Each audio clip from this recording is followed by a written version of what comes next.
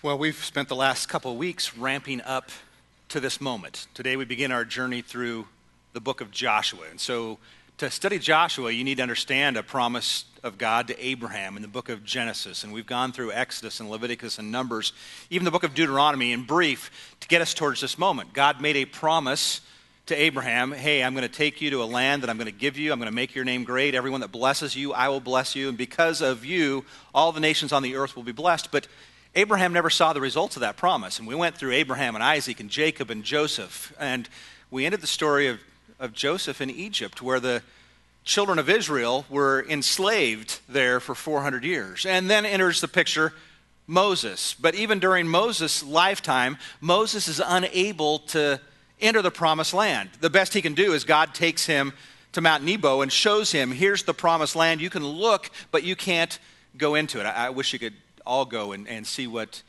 Moses saw from Mount Nebo, or wish you could all travel with us as we go to Israel. But understand, Abraham never saw the result of the promise. Even Moses didn't see the result of the promise. It takes Joshua to lead the people into the promised land. As I was preparing for this message, I got to thinking, if you were to ask me a year ago or 2 years ago, I want to know all your Bible greats, list the people of greatness, the Bible heroes for me, I would have had a list for you, and in all honesty, it wouldn't have included Joshua. He just kind of falls by the wayside. We forget him. In fact, as I was thinking, how do I start the sermon, I got an email from one of the guys on staff, our middle school minister, Gary, and he says, hey, I'm going to do a Bible study of the great heroes of the faith. And I want you to read this email. I've asked if I could share this. He said, hey guys, this summer I'm doing a middle school Bible study series on biblical heroes of the faith. I've listed some below. Who would you add as your top choices? And he gives us this list of Old Testament characters: Noah, Moses, David, Samson, Daniel, Joseph the Dreamer, Elijah, Abraham, Job. And I looked at that list and I thought, there's somebody that I skipped over that I think maybe should make the list. And I got thinking about this and I thought, hey, there's a chapter in the Bible called the Great Faith chapter, where the writer of Hebrews lists for us all the great heroes of faith. I wonder who he includes. And so you can flip to Hebrews chapter 11 and notice his list: Abel, Enoch, Noah, Abraham, Isaac, Jacob, Sarah, Joseph, Moses. And I've got some asterisks there for you on purpose. But Rahab, Gideon, Barak. Now, his last name's not Obama. Samson, Jephthah, David, Samuel, the prophets. But it's interesting there that as the writer of Hebrews lists the great people, he doesn't list our writer here. He doesn't list Joshua. In fact, it's almost as if he says, oh yeah, there's somebody else. And he lists the asterisks there. The walls of Jericho fell after the people had marched around them. Well, there's a guy that led that. His name's Joshua, and it's like we skip him over. And yet, Joshua is the one who brings the fulfillment of God's promise to Abraham, to Isaac, to Jacob, to Joseph. He is the one that leads people where Moses himself couldn't. And so I want to recommend to you that here's a person we need to add to our list. In fact, because of that, for the next 16 weeks, we're going to study Joshua, because he is a central figure in the promise of God to Israel. And notice how the book begins. Joshua chapter 1, verse 1. After the death of Moses, the servant of the Lord said to Joshua, son of Nun, Moses' aide, Moses, my servant, is dead. Now, then you and all these people get ready to cross the Jordan River into the land I am about to give them to the Israelites. I will give you every place where you set your foot, as I promised Moses. It's through Joshua that we see the children of Israel led into the promised land. It's Joshua who's going to bring about a promise that's 760 years old. Part of this promise is, you're going to have a land. I'm going to show you the land. I'm going to take you into that land. It's Joshua who helps lead God's people into the land of promise.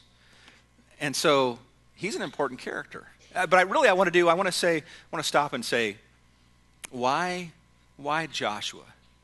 And Joshua is a very unique character. In fact, he's unlike any who have gone before him. And I just want to ask the question, okay, why Joshua? Well, in part of the answer to that question, the nature of his story is unique. He's very unique. In fact, you might know he's the only man in the Bible that didn't have any parents, right? We read that, Joshua, son of Nun. Actually, that's not what that means. And also, he's not Catholic either. That's not what's going on there. This is his father's name, and it serves for us as kind of this last name. Here's who his father is to distinguish him from other people. His father was none. We know that serves as his name, and it's also interesting to find out that he comes from the tribe of Ephraim. But you need to understand this about his story.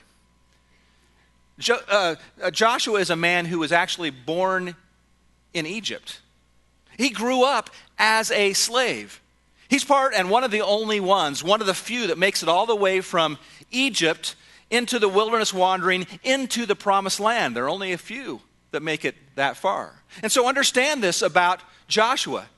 Joshua was born as a slave. Now, he had heard stories about God's promise to Abraham, Isaac, Jacob, and Joseph, but here he is, he finds himself born into a situation where he is a slave in Egypt. He is there during the silent years of God. He serves and follows a silent God who, it seems, has given up on his promise, and yet Joshua, through it all, still trusts him. And so, in his time in Egypt, as a slave, he is able to witness Moses as Moses comes in. He's able to witness the plagues that free Israel from slavery. He's the one that follows the great pillar of fire. He's the one that follows the cloud by day. He goes and he experiences, as the children of Israel come up to the Red Sea, he's able to walk across on dry land. And he's seen these miracles. He's unique in his story. He caught sometime during all this event, he actually caught the eye of Moses. In fact, you may not realize that Joshua is actually not Joshua's given name. Did you know that? It's a name given to him by Moses himself. In fact, somehow he caught the eye of Moses and he becomes Moses' intern. His name originally was the name Hoshea, which is the word for salvation. And yet something about him, Moses sees him, he takes him as his own intern, if you will. And it's during this time that Moses changed his name not just to Hoshea, which means salvation, but because of the character of what's going on, he actually changes his name to Joshua. The Lord is salvation. And so there's something about his character, his relationship to God. He's one of loyal obedience that not only catches the attention of Moses, but because of that, Moses changes his name. And again, he's one of the few from Egypt that wander the wilderness and go into Palestine. It's interesting that Joshua's faithful role in God's story, his faithful role in God's story makes him uniquely qualified for greatness inside the kingdom of God. And so there's something about his story here that's unique. And yet as we continue on, we find out, hey, there's another reason why God used him. And not only is he one of the faithful few from Egypt into the wilderness wandering all the way to the promised land, but I want you to consider all the events he went through, and we're going to find out that the nature of his preparation is unique. And we read this as we continue on in verse 1. Joshua, son of Nun, and notice the next phrase, who had been Moses' aide since youth. He catches Moses' eye, and Moses trains him and develops him. And it's interesting as we read the accounts, as we go through the Old Testament, we read of Joshua, actually, although he's faithful, there's nothing there that stands out and strikes us as, here's a man of great speech. Here's a man of great leadership ability. There's nothing that strikes us as this flamboyant leader of people. There's something else going on here with him. And he's chosen, and there's no indication that Joshua was born a natural leader.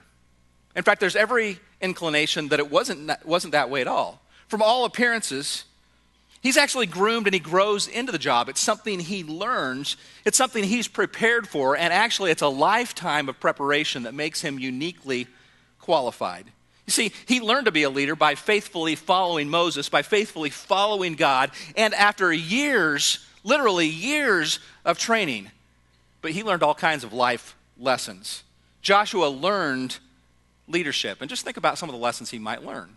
We know the story of Joshua. I've already started to tell you that he was there when the plagues happened. And so he saw that. He was there as the children of Israel crossed the Red Sea on dry ground.